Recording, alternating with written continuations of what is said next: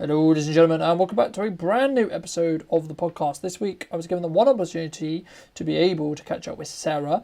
Now, Sarah is someone who I met through networking, which is fantastic, but also she is a lovely marketer, and I thought it'd be great to do a little bit of a deep dive on marketing, how it's used, and some of the misconceptions that really, happen when people get started with marketing, but also when people think about doing their own marketing and really starting to create content, and some of the psychology and some of the understanding that you should probably have moving into marketing as well. So thank you ever so much for coming back, and I look forward to hearing what you think in the comment section down below.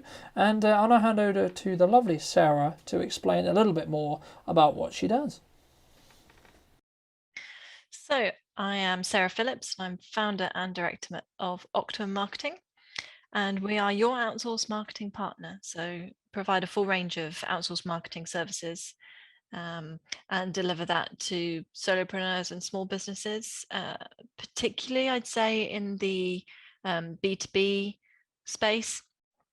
So most of our clients tend to work directly with other businesses, and the philosophy of the business as a whole is to make everybody's business lives easier, whatever it is that they do, and however it is that our clients support them. That's the overall goal.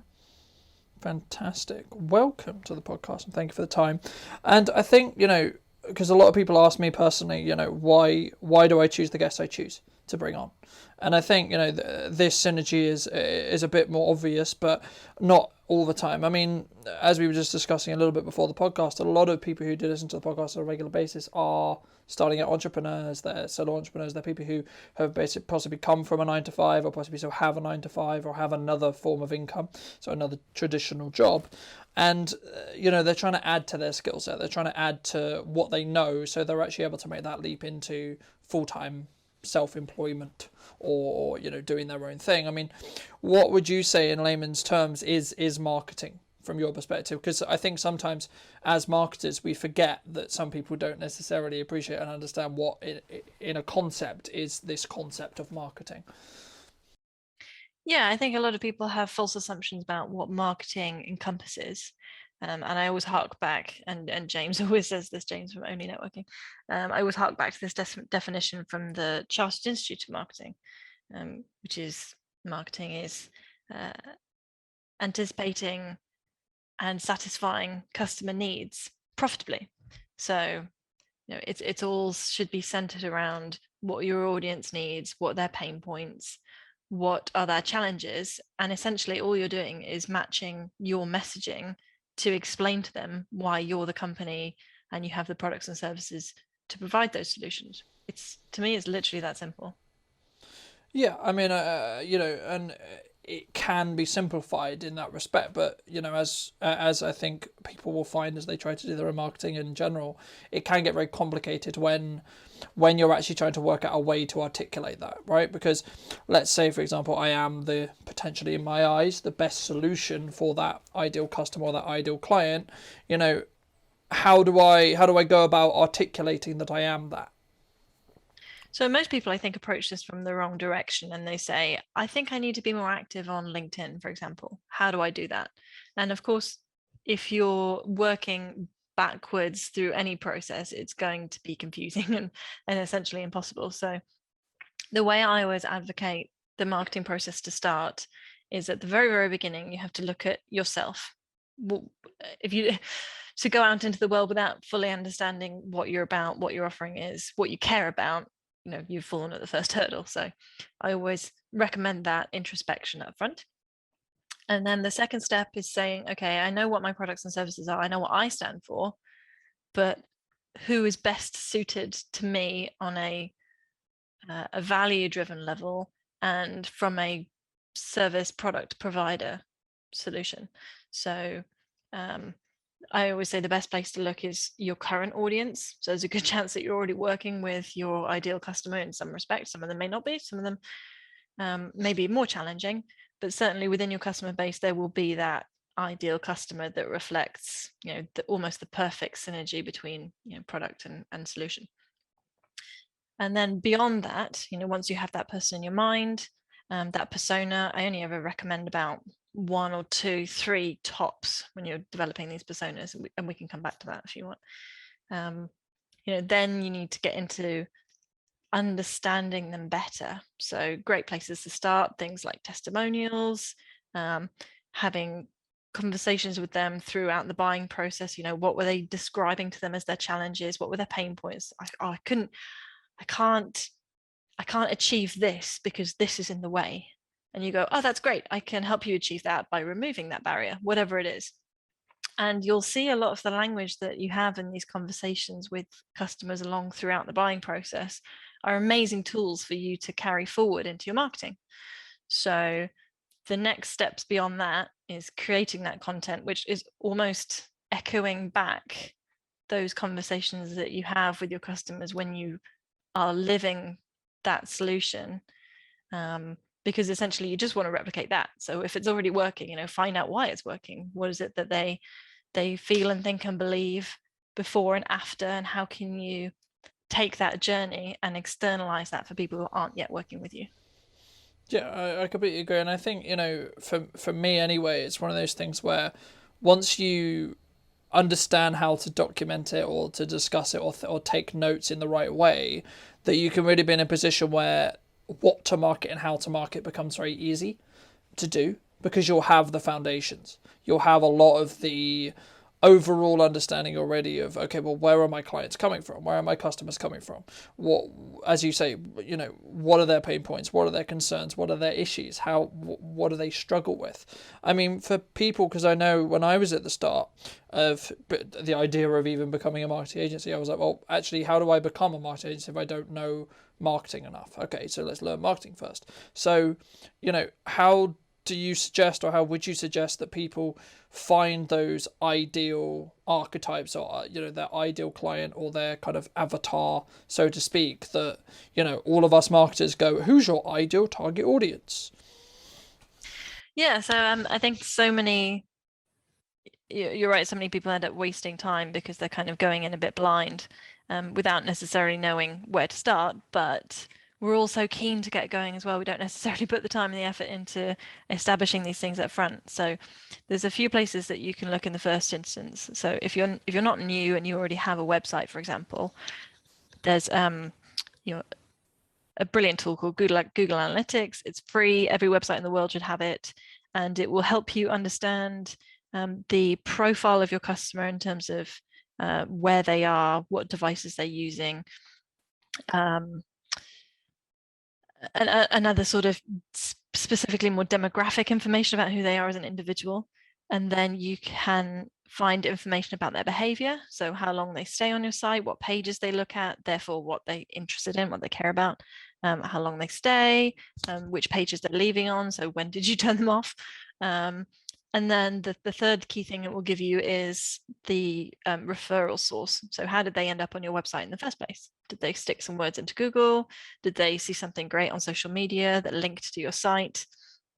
And this really is the very first place I would suggest to start looking and building up that understanding of who your customer is. Fantastic. And then when someone has that information, what would you say is then the next port of call for them, right? So I know kind of what age range my ideal client is. I know kind of what their interests are. I know where they came from. But then how do I convert? Because a lot of the questions and a lot of the work we do is actually tying marketing and sales closely together, because they are closely married together. In most cases, you have a sales and marketing director in a lot of companies, or someone who's in charge of sales and marketing. Well, now the question always comes is, well, why are they tied together? They're tied together because, for one, you can't have one without the other, and vice versa, right? In my opinion, anyway. So what we've got this information, fantastic. I mean, at what stage do you have enough to start creating content, and then what content is really that valuable? So I think the first question there is, what stage, how much research does someone need to do if they're starting out? So the next step beyond that would be, well, if you have the budget, market research agencies are brilliant, and they can help you, interview customers, get that first person experience directly from them. But alternatively, we live our lives on social media these days. So if you can start to narrow down who it is, and specifically if you have in mind the types of people that you want to target, you can actively search them and see what they're doing, what companies they engage with, what things they post about, what things they share, what do they comment on. And you can sort of build this picture of how these people will be living their lives and where they're looking for this content. And you don't necessarily need to go through too many such examples, because if you have a specific enough target audience, then most of them will have similar traits and similar experiences. So even if you're only looking at a handful of existing or potential customers, or target people that you think would be in your target audience, you'll see some consistencies fairly quickly, 4 or 5 people even, and that's where you can start looking at which channels they use, what problems they're describing. And then the other thing I would say is look at your competitors. At the end of the day, we're not reinventing the wheel. Most of us are doing something that somebody else is already doing. And I'm absolutely not advocating, copying or ripping off content, but getting an understanding of what works and what doesn't work out there in the world, and what your potential customers are already encountering on their searches will give you a good idea of what would work if it were implemented for your own business. Yeah, I completely agree. And I think it's one of those things where you need to be careful, as you say, about not carbon copying what a competitor is doing. Firstly, because that's a bit morally grey. And number two, it also isn't going to do you a service, because the way I would talk in marketing, or the way I would come across in marketing, is going to be very different to someone else, but we may offer the same service. So I think that's the main thing there, is that actually our language changes because of who we are as people, but also to an extent what our target audience is. I mean, would you agree?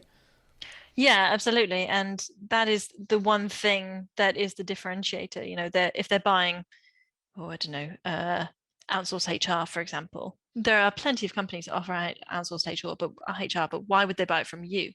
And how you communicate the way you work and your values, and how you incorporate all of that into your messaging, is what differentiates you from the competitor who also offers outsourced HR, even though in practice the customer is getting pretty much the same service. It's the way that they experience it that will make the difference, and you need to demonstrate to them before they have that experience what they can expect. Yeah. And a lot of it, I think, of what we're talking about here is, what's your unique selling point, right, as a company? Because, what do you take the extra care to help your client understand? Like, one of ours at Brunton Media is we try to handhold our client through the video process, right? And this kind of leads on to my next question, because a lot of marketers quite rightly say, oh, you should be creating content, and I say you should be creating content. But I think when we both say it, we're saying the same thing, but we mean different things. I mean, what would you say is the difference between, like, say, when you say create content and when I say create content? Do you see a difference in regards to what we're trying to help people understand what they should be doing? But also, is there room for both sectors of content? So in my mind, there are probably 5 steps of marketing before a potential customer gets to what you may call the leap between marketing and sales. So attention, there is content involved in that stage. So you're getting people's attention. Is it a catchy graphic? Is it a GIF? Is it a video even? That may be, that may be the first point of contact they have with your company. The point is, if they're scrolling through something or they receive something in their inbox, what's going to make them stop? That's the attention. And then you have interest. So once you have their attention, how can you make sure that they watch beyond the first 5 seconds of your video, or read beyond the first sentence? So attention, interest, desire. So this is the point where you really have to appeal to those pain points. I've got your attention. I see that you have this problem. I know how to fix that problem. And then they see, oh, do you know what? That's what life is like without that problem. I want that. That's the desire. And then the extra step in this model, you might recognize it's the AIDA model, but I have an extra step here, which is trust. And I think this is particularly important in the current world, where we have so many choices, and we're so much more aware of businesses that aren't necessarily doing things in a way that we believe or feel is ethical. We feel like we need to have that validation that we're going to make the right decision before we take the leap. So attention, interest, desire, trust, and this can be, convey this in so many ways: testimonials, case studies, and this is all content. Each step of the journey, we've had different types of content to help people along. Even things like accreditations or having exams, some kind of evidence that, okay, I've told you I'm going to give you a solution to your problem. You can trust that I'm actually going to deliver on that. So that's that 4th step. And then action. And so many people, I think, forget this. And this isn't necessarily content in itself, but it may well be a step onto other content. So if your call to action isn't contact me, it might be download my white paper, watch this webinar, and that moves them on to another piece of content. So yeah, content is important, because inevitably your customers may be having a first contact with lots of different types of content, but even then, that one piece might not be enough. They might need several points of validation. I know they used to say it was 8 points of contact before a customer made a decision. So you need to have all this lovely content in your armory to keep topping up your customers' bank of that, to get to their level of 100%. I'm making this decision. One piece of content might be 20%. You might push them a little bit further, up to 40% with something else. But and the more you have at your disposal, the more opportunities you have to prove yourself, essentially. Yeah. And I think, long form stuff and, long blogs, long podcasts like this, or, even longer videos, or consistency regarding video. And we'll probably get onto consistency in a moment. But I think the main thing there is, as you say, proving that trust, proving that credibility, proving that, if I can sit here and talk about marketing for an hour, for example, then clearly I must know enough to be able to do that, right? And it's that level of validation. And I think some people, especially when they start, and we can possibly get onto networking a little bit later as well, but when they start networking, or when they start doing marketing, and when they start doing anything related to marketing specifically, they need it to work quickly, or they want it to work quickly, because they've like, oh, we're seeing a dip in sales, we actually need to do something, right? So they need to put some action in to do something. But from what I found anyway, most of the time it takes a lot longer than is initially expected to actually build that trust with a brand new client or a brand new customer. I mean, have you found that it's a longer process sometimes than would be desirable, I guess? It will totally depend on what the customer does. What you're offering, should I say? And particularly because I work with B2B clients, most of them have longer buying cycles than, for example, walking into the corner shop, I'm hungry, buying a bar of chocolate. That's seconds. So particularly service-based companies will often find their buying cycle is a bit longer. And then it depends on the cost as well. If it's more expensive, the likelihood is there's going to be more internal checks to free up that cash to spend on your product in the first place. So again, I champion data, looking back at your past experiences. If it normally takes 3 months for a customer to make a purchase from you, don't try and set goals beyond that if it's just not going to be feasible. So looking back at past behavior is a great indication of future behavior, funnily enough. Yeah, I mean, we talk about this a lot, but humans are very good at setting habits and setting rituals that we follow. So, everyone goes to a similar place every 2 months, right? If they're going to go, okay, we go out every month. They go to one of 3 places that they might want to change. This is a habit that they have created. So, if you wanted to, say, break that habit as part of marketing, you would have to understand, firstly, that habit exists, and then how to then break it. And, and I think one of the main things is, us marketers will know the answer to this, but for people who don't, I mean, what role would you say being consistent with your content, whether that's written, audio, or video, or a combination of all the above, really, like, what factor does the consistency element take in what you're doing with your marketing? Well, for several reasons, it comes back to this point about multiple touch points prior to a purchase. It may be 8, it may be more, maybe fewer, depending on what you do. It's not necessarily enough for them to see you and go, oh, that person does outsource HR. I might need that at some point. Your presence has to be established enough that you keep coming to mind, and eventually, there'll be that point where, they've hired their first employee and they go, God, I have no idea what I'm doing with this. Oh, I feel like I've seen something that would help me. And then you're in their mind already. And then secondly, you've also got referral.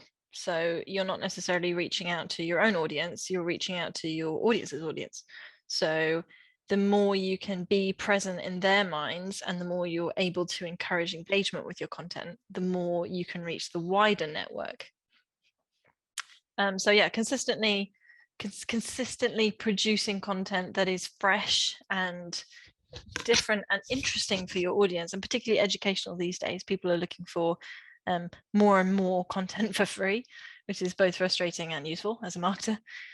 The more you'll become that font of knowledge, and whether it's their need or the need for someone else that they know, you'll be the first person that comes to mind because they've been saturated sufficiently with your content that, yes, it's synonymous now. Outsource HR, I think of this person. Yeah, and I think you can, and one of the first things we always say to when we work with either a marketing team or we work with someone new is saying, what's your goal and how are we going to help you get into the front of mind of your ideal client, right? A lot of what you're talking about there is front of mind, get into the position where, for us, for example, you should think video, you should think me. Okay, but how am I going to get to that point then? Then the question is working out tacticially how do you get there instead of what you need to do, which is fantastic. But I think there's also another element to it that can also help that's outside content. Like we've discussed content a bit, but what role would you say networking specifically plays in your overall marketing strategy? Because there's a lot of people I know when I ask them, oh, what are you doing for marketing? They go, oh, we just do networking. And for me, that's a bit of a, okay. There's a bit of a problem here, but I don't know necessarily what the issue is until I explore it. But networking is really powerful, but where does it sit in the grand scheme of like an overall marketing quote unquote campaign or strategy, would you say? Well, again, more touch points the better. So if they've already seen you somewhere else and then they see you as one of the 20 boxes on the screen, more likely to gravitate towards you.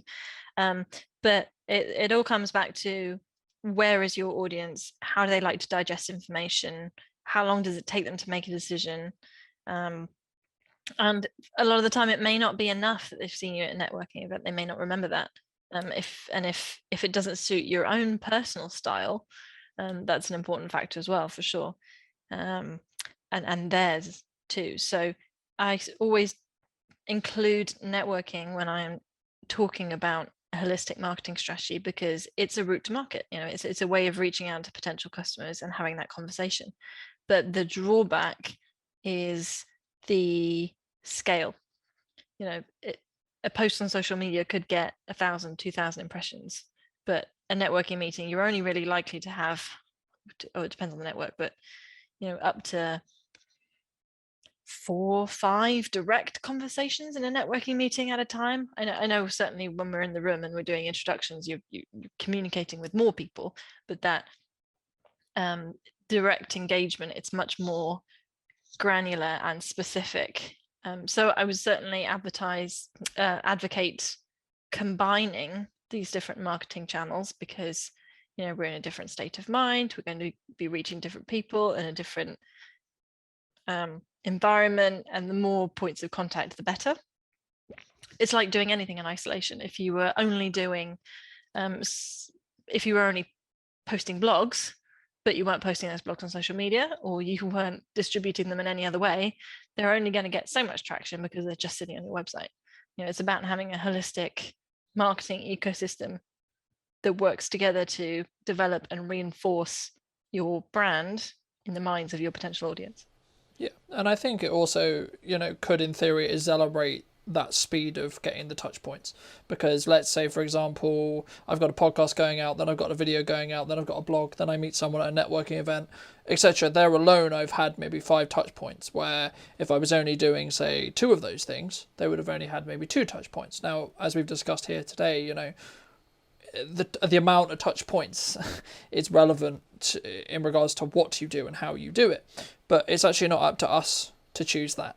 as well. And I think one of the main things I found with marketing is it will work. You have to trust it will work, but then you need to be data driven as well. But also you need to, personally, I find anyway, you need to remove a lot of the emotion that comes from it, because and I see this a lot with videographers or camera operators, and they put all their heart and soul into this video, and it's an incredible piece, but it's not doing what it needs to marketing wise for whatever reason, whether that's because it's not placed the right, it's not put in the right place, it's not put in the right audience, it's not leveraged the correct way, etc. I mean, what would you say to people who do find it hard to not be emotionally? I've spent hours on this blog, it's amazing, but no one's seeing it. That's it comes back to understanding the needs of your customer, walking in their shoes, understanding what's going to appeal to them. And this often happens when choosing channels. So you may say, do you know what? I just love Instagram. I spend all my evenings on Instagram. I think that's the right place for me to do my marketing because I know it, I'm comfortable with it. And then you say, okay, so who's your target audience? Oh, 60-year-old businessmen looking to retire and hand over their business to their the next in line. So, okay, is that person likely to be on Instagram?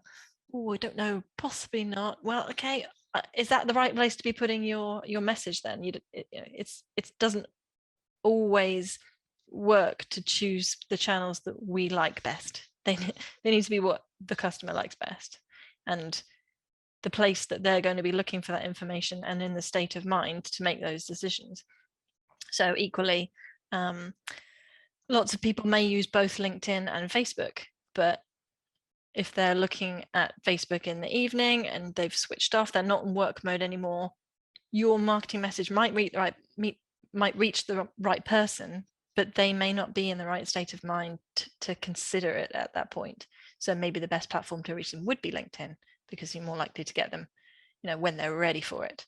So if you're focused enough on what your customers need and you understand them well enough to know where they are, what's interesting to them, where they're looking for information, and you care about delivering it to them, you'll want it to be going out in the right place. And that should be the motivation for stepping out of our comfort zone maybe sometimes and using these channels, because we know they're the right ones for us, for our customer's sake.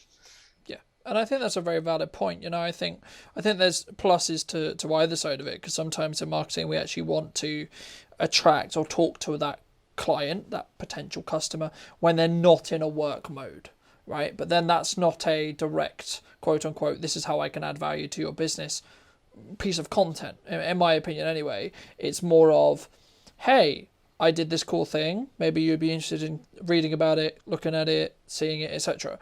Because you can, what I found anyway is, like, let's say for example, you see Brunton Media on Facebook, okay, cool, but then maybe we connect on LinkedIn, and then you go to LinkedIn and then you get reminded again, and it's and again, everything we talk about here is those touch points, but it's also about understanding what mindset your potential client or customer is in when they consume the content which you're creating as well. I mean, it's one of those things that so many people I think get wrong at the start, because they're just like, I need to push sales, I need to do this, and that might be your reality, right? Your reality might be, I need this to work now. But what advice would you give to people who, they go into a networking event, and I'm sure you found this, but I found it personally on my networking journey as well, that you can sort of feel off the desperation in some ways. It is. I'm trying to think of a way to say that politely, but then I found out there isn't one. So, what advice would you give to people who are in that position? They're like, I need this to actually generate me revenue. Well, the way you feel about how you're approaching your marketing won't necessarily affect how successful it is. How the time and thought you can put into making sure it is effective and that your content is of good quality, yes, that makes a difference. But certainly having unreal expectations and coming off desperate doesn't work in any respect, regardless of whether it's a written content or whether you're speaking it. So, and it is difficult because you can't necessarily say in those situations, you're not desperate, pretend you're not desperate, it's fine. but yeah, having realistic expectations and feeling comfortable makes a big difference, because people will gravitate towards something that is appealing and comfortable and familiar. And if you're coming off in none of those ways, that's only going to do more damage than good. Yeah. I think it's one of those things, and one of the main things I learned when I was, starting out in networking, but the same would be true in marketing, is, your confidence level, because you're the only person who really knows whether you need a job from that meeting or that job from that piece of marketing, right there and then. Best case scenario is no, you don't. Okay, cool, because then you don't need to be a salesy, etc. And if you get work, great. If not, then not. But the main thing that I think comes across is always talk as if you are, and frame it in such a way where we've worked with XYZ client and they had this problem and this is how we resolved it. Because the person consuming doesn't know, even if this client doesn't quote unquote exist, or it's a very common issue which you have found in regards to people you've talked to, but you haven't actually directly fixed it for them, you can still suggest a solution, right? So you can still say, oh, have you thought about doing this? We think this is going to work really, really well, and we've noticed in other contexts, etc. If you can use genuinely, this is where testimonials and case studies come really, really valuable, because then you can say, well, okay, well, this person came to us with this problem, and then we did this, this, and this, and this is how, and then this was the outcome that they found, right? And I think one of the main things that everyone, when they start out, has an issue with is actually having the confidence in knowing that it's going to work itself out. Because at the beginning, you can be the best practitioner in the world of what you do, whether that's marketing or plumbing or videography or photography or whatever it is that you do. But you don't technically know 100%, especially in stuff which is a bit more changing with the times, like marketing, that it's 100% going to work until you have the formula that you've and the track record and the experience behind you to go, this will 100% work because it's worked every 16,000th other time that we've done it in this way.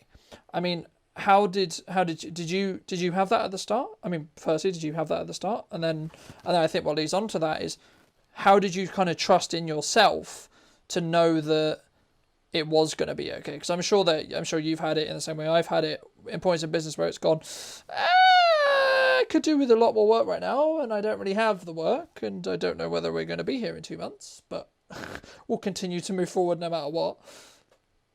Well, I personally started off gathering clients in an industry that I already knew. So I worked for 8 years in security manufacturing, so electronic security. And even now, 4 years into this business, a lot of our clients are still in that space. Because at the end of the day, if the better you know a market, the more you can have meaningful conversations with the people who also operate in that market. You'll speak their language, you'll understand the challenges they face even better. And another reason why I chose to stick specifically with B2B rather than B2C. It's a very different conversation. So for various reasons, niching, particularly in a market you already know well, is a sensible place to start, certainly when you're beginning. Because if you're kind of jumping around between lots of different types of companies and lots of different types of applications and markets, it's going to be difficult to get that track record, and also difficult for you to gain the experience in delivering for those customers. So, I mean, we can't ignore customer experience as an incredible marketing tool. Customer retention, customer referral, loyalty, advocates, all of that lovely stuff is the result of a great experience with you. And the better you know your customers and your market, the better you'll be able to serve them. And equally with your messaging. If you're having a conversation directly with finance directors, it's much easier to create marketing messages that are going to resonate if you're having a conversation with a specific audience. Are you a finance director? Do you struggle with problem XYZ? And they go, oh yes, I am. But the managing director is going to read that and go, well, that's not my problem, that's my finance director's problem. So even on a role-based level, it's not just companies and their markets, it's who the decision maker is. How specific can you get your offering, and how closely does that align with how you're actually delivering the service? Because the two work really well hand in hand. Yeah, I completely agree, and I think it's, it was interesting. I was having a conversation with a long-time client and a good friend of mine this morning actually, and we were discussing the difference between the work we do for her and the work we've done for someone else, and her target is not corporate. It's not the corporate world. It's not businesses. It's not. I mean, it is businesses, but it's not the corporate-y business, right?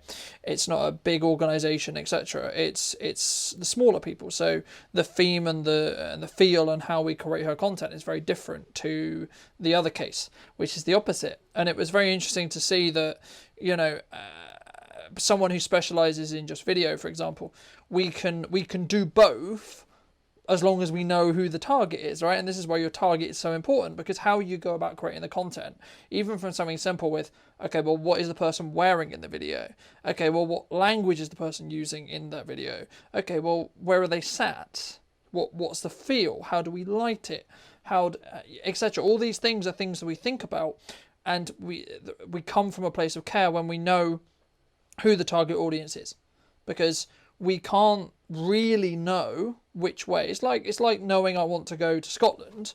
Okay, I don't know necessarily which every little road I'm going to go down, but I know I need to head north at some point, right? And I continue to heading north until I get to Scotland. So as long as you know enough that you want to go to Scotland, then you can work out the rest as you go, because it is going to change and it's going to develop with your business as well. Because us as business owners, whether we like it or whether we don't, we will develop, we will change, we will adapt, we will want different things, we'll want our service, and hopefully our understanding of what we do is also going to increase as well. I mean, you've recently just celebrated your 4th birthday, so congratulations on being 4 as a company. And when you started the company, was how you went about what you do different to now? Oh yeah, for sure. I came from more of a corporate world, so I very much felt that conveying our message was about having a sense of authority. We can do this because we know what we're doing. You can trust us. You don't worry. We know more than you. That's more important, and that's why you should trust us. But the longer I've been in business, the more I've learned about myself as an individual, the more I realize it's about, okay, well, tell me what you need. Let me listen to you. Let me understand. And then because I've developed that understanding, we're able to give you something that is exactly what you need. Not because I've made assumptions and not because I already know. You have to step back and have a bit of humility in the first place and recognize that at the end of the day, your client knows their business way better than you ever will. So you can't disregard the value of that engagement in an interaction, and just spend far more time listening before you even consider actually what you're going to offer people. Yeah, and I think it's also important because it will also, for us, we're very driven on morals, we're very driven on values, we're very driven on the ethos of who we work with. So, and that's because for me, I know I need to connect with them and I need to be on the same kind of a similar line with them or to them, for the relationship to work long term.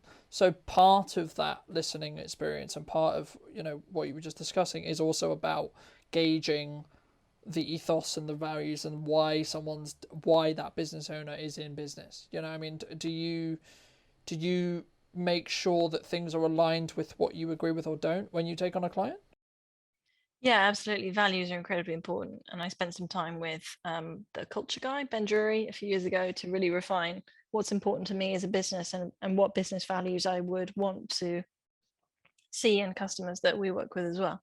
And it's all kind of fed into this value proposition that we have now of making the business world a better place to do business. We want to feel more comfortable and relaxed, and reduce the risks, reduce the stress, and all of our customers in some way or another do that for other businesses and other business owners.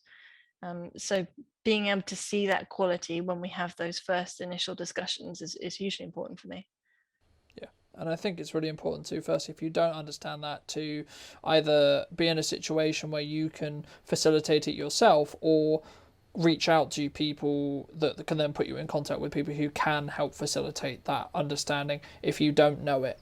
Because for a long time I didn't ask myself those questions, and then I was not necessarily confused, but then I was taking on projects that weren't aligned with what I wanted. So it wasn't always about money, but it was always about, okay, well, what is this project? Is it enjoyable? Because no matter how you do a project, or no matter how well a project goes, there's going to be extra things you need to do on that project that weren't necessarily quoted in or necessarily thought about at the beginning. Whenever you do anything, if it's like rewrite a blog or tweak something here or there that, you know, yes, you could quote unquote penny pinch, but is it a good idea for you to do that? Maybe not so much. Yeah, and it circles back to marketing inevitably, because the better and more honestly and authentically you communicate yourself, the more likely you are to attract the right people in the first place. The person I would definitely advocate for this is Dan Moore of Iron Dragon Design, because for him it's very much about being yourself and being able to communicate that in a clear, articulate way that is going to put yourself out there and say, this is who I am. If you like it, great. If you don't, that's fine as well. But at least then you know that the people who are going to engage with you are your kind of people.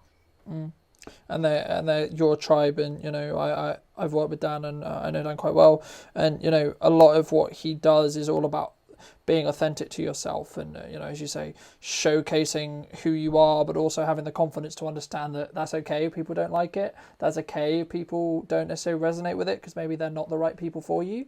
That doesn't mean they shouldn't or can't do marketing, or they can't do video, or they can't do that. It just means maybe they shouldn't necessarily do it with you specifically, and maybe that now there's an opportunity for you to pass on that work to someone who's better, not qualified necessarily, but just a better person to that person, to connect, to work better, to have that collaborative relationship. Because however we do anything, it has to be a collaborative approach for it to work. It has to be collaborative.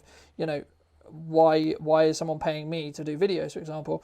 Because I have a better skill set in videos than they do, but we still need it to align with whatever else they're doing with marketing, for example, or what they're doing in general when it comes to their business and how it comes across. So the feel, as you say, is coming across the correct way, and is coming across in the right manner, and is coming across so it doesn't feel jarring when, like, you read a blog that, say, the business owner wrote, and then they're on a video that we helped produce, for example. And you've pretty much come back to that initial process, haven't you? So there's who you are as a person, who your customer is as a person, and how can you bring those two elements together to create content that resonates. It's not about, I hate this, it's not about describing your products and services to people. Please don't ever do that in your marketing if you're listening. You know, it's how will your customer benefit from the relationship, and what will their life look like afterwards? What does that solution mean to them in a real, tangible way? And you know, at the end of the day, if you're a will writer and you say, if you work with me, I will write you a will. Great. Well, that's what you'd expect from a will writer. You don't need to tell them that's what you do.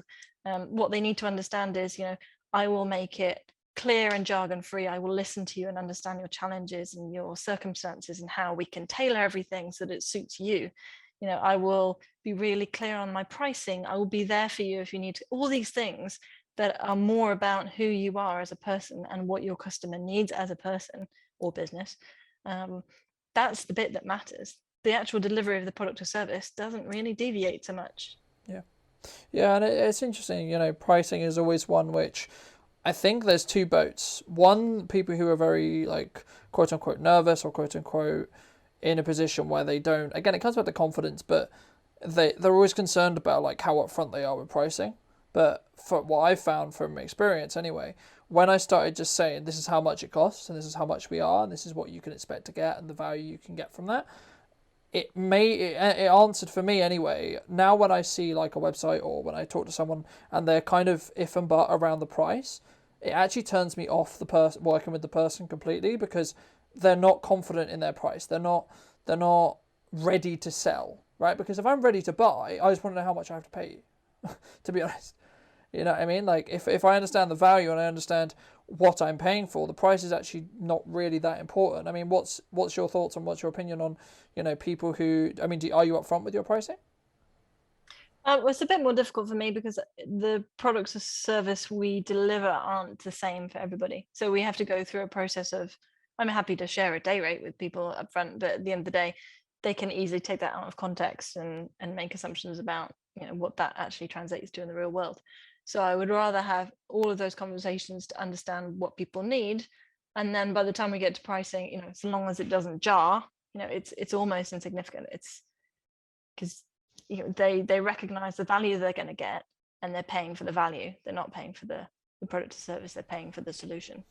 Yeah, and I think it comes back to understanding the difference between cost over value or value over cost, and that's the key. And I think especially when a business owner gets to a principle where they have to up their prices or they want to up their prices for whatever reason, it is not intimidating once you understand how much value you add in comparison to the sticker you put on it, because the sticker, that's all the price is the sticker you put on it, and the sticker is important to an extent in regards to you need to make sure you're in profit, yes, but you also need to understand that if you say increase that price, you're going to price out a certain amount of your current clients, which means you should look to try and get some more or find some more through marketing and such, and hopefully some of what we discussed today is valuable in that process. But as closing some closing thoughts, I mean, for me, pricing is always something which I think you need to be really confident about. You need to choose something which you're happy with, and ask yourself, what do you want to work for? What do you feel your value is worth? And if that's too expensive for someone, then that's fine. That shouldn't devalue what you do. It's just, again, as we discussed before, it just maybe means that person and you are not the right connection at that time. Yeah, and it comes down to capacity, something as clinical as that at the end of the day. So if you're a business that can only support 12 clients in a month, how much do you need to charge to make that sustainable for you as a business? What will the market take? If you can find 12 clients that will pay it and feel that it's of value, that's your target pricing. You don't have to, in the same way your marketing isn't aimed at the masses, your messaging isn't aimed at the masses, your product and service at the end of the day isn't aimed at the masses. Neither should your pricing be. Your pricing should match the target audience, the specific niche that you have chosen, and what they feel that service would be. If it's a race to the bottom, that's only a game played by world dominating conglomerates who just want to have everyone as a customer. That's nobody's small business strategy. But also, I mean, that when the reason why conglomerates can do that is because they can buy things in such volume or sell things in such volume that they can sell it for tiny amounts of money, because their profit margin is on per item, maybe 0.1% or even 1%. But because they're selling hundreds of thousands of them a day, it doesn't matter, because they're still going to make the profit margins that they need to make, or even more, because of the volume that they're selling it at. One of the first things I ever learned in business was understanding there's kind of two models in business. Per customer, you have a smaller profit margin, but you try to get as many as you can, as in high volume. So you keep your profit high, or you have a small number of clients, but each client specifically, or each customer, is higher profit margin. So the actual money you make from each client is a lot higher. And I think one of the first things I would say to people is you need to ask yourself, what is your service suited to? Right? What processes is it? How much of your time is it, etc.? What are the bottlenecks? If you're a product-based company, for example, in theory, you can probably go for more volume than you can go for necessarily like profit margin per product, right? Best case scenario, you do both. You increase your profit margin per product and then you sell more of it. Great. Okay, cool. Then you make more money. But if you're specifically service-based business where you're trading quote unquote time for money, or a skill set for money, or a solution for money, then my perspective or my thoughts would be, you should have probably less clients, because then you can give them more of your time and energy and more focus, but they should be a higher profit margin for you. Yeah, and retention, obviously, the more you can continue to serve the clients you have, the less you'll spend on your marketing to them, because they're already great clients. So yeah, that marketing is not all about new business. It's about maximizing, upselling, cross-selling, customer experience, customer service, referrals, loyalty, all of that lovely stuff as well, as I've mentioned before. So yeah, I think it's about getting out of this mindset that marketing is advertising. You could just put that in a box and throw it in the bottom of the sea straight away. Marketing is about, you know, helping people solve real solutions, real problems with your solutions. Yeah, and understanding who those right people are for you in Pacific. You know, I think Exactly. I think that's the main thing. And I mean, that was kind of everything I wanted to discuss today. I mean, is there anything that, because what I'd like to do at the end is throw in an opportunity for you to throw in a topic or a question that you want to ask me in Pacific before we do wrap up everything, or wrap up the episode. But is there anything that you want to ask me? Ooh, I hadn't thought. The answer can be no, by the way. Everyone thinks it's No, a trick then. question. Like everyone thinks when I ask them that, it's like, oh my God, I have to come up with a question. Oh God. You know, but I think it's because I've had it with interviews before where it's like, I'm dying to ask a question and I'm hoping the interviewer or etc. in this case is going to ask me that question. So that's why I do have an example that I like to use when I'm talking about understanding customer needs. I did this practically in a room, actually, at a networking event. I took a box of chocolates with me, and some of them were nutty. It was a selection box, so there were some nutty ones, some fruity ones, and this was a complete accident, but it was so useful to demonstrate my point. I took it over to one lady and I said, "Do you want a chocolate?" And she said, "Oh, no, thank you." And I said, "Why not? Everyone loves chocolate. Surely you want a chocolate?" And she said, "I have a nut allergy." And I said to the room, "Look, this is a perfect example of why advertising puts people off, because I have made assumptions about what that person wants, what is going to suit them, what they like, and I have gone straight in pitching my products or service. And actually, I've created a negative relationship by doing that, because now she's like, oh, she was that woman who tried to shove nutty chocolates on me." So if there is one takeaway from this talk, there you go, right there. That example is the importance of understanding your customer. Yeah, and who your customer is and what their needs actually are, you know, and if maybe your service isn't right for that person, that's fine, right? And understanding that that's okay, and that there will be other customers that actually the timing is absolutely perfect, and actually your service or product can be really, really valuable for them. For those people who are interested in, you know, seeing more of your content or just reaching out to you to possibly discuss, you know, you helping with their marketing, where's best for people to reach out? So I'm fairly active on LinkedIn, but if you just head to Google and stick in Octima, OCTIMA, the such a unique word. All the listings will be related to me. So if you want to find my website, LinkedIn, Instagram, whatever it is, I'm available on most of those platforms. Fantastic. Thank you ever so much for the time. Thank you. Thank you ever so much, ladies and gents, for joining me once again. I hope you took value from this episode, and if you did, I'd love to hear what you think in the comment section down below. And yeah, thank you ever so much to Sarah, if she's listening back, for coming on and giving me the time to articulate a little bit more about marketing and how she has kind of got to where she got as well. It was really, really great to hear from her perspective as well. And I can't wait to share a brand new episode with you next week, where we're going to be talking to someone new and exciting. And yeah, I'll see you very, very soon for some brand new content.